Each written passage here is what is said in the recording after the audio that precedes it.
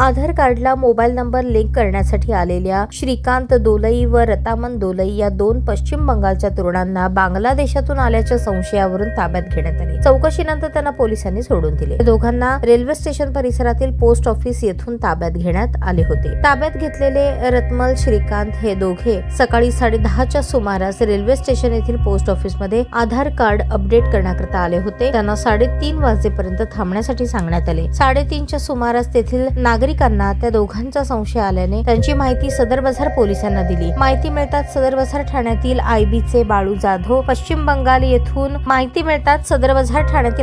बाळू जाधव इरफान पठाण यांनी तात्काळ जाऊन त्यांना चौकशीसाठी ठाण्यात आणले। चिंचोळी MIDC येथील एका पॉलीबॅग तयार करणाऱ्या कंपनीमध्ये कामाला असून त्यांच्या सोबत तेथीलच जवळपास 30 साथीदार काम करत आहेत। याबाबत मोहोळ पोलीस ठाण्यात चौकशी केल्यानंतर त्या कामगारांची माहिती तेथे उपलब्ध नव्हती। दरम्यान या प्रकरणी संबंधित कंपनीच्या लोकांना चौकशीसाठी बोलावण्यात आले। चौकशीनंतर कंपनीकडून लिहून घेऊन दोन्ही तरुणांना त्यांना परत ताब्यात देण्यात आले।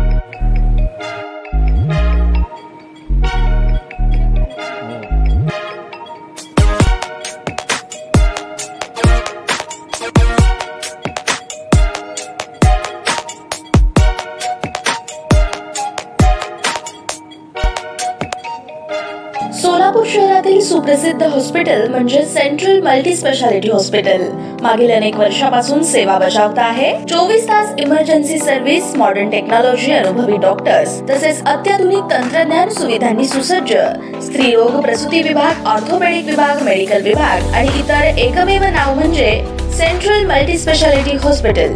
पत्ता गणेशपेठ शॉपिंग सेंटर, मंगळवार बाजार, सोलापूर।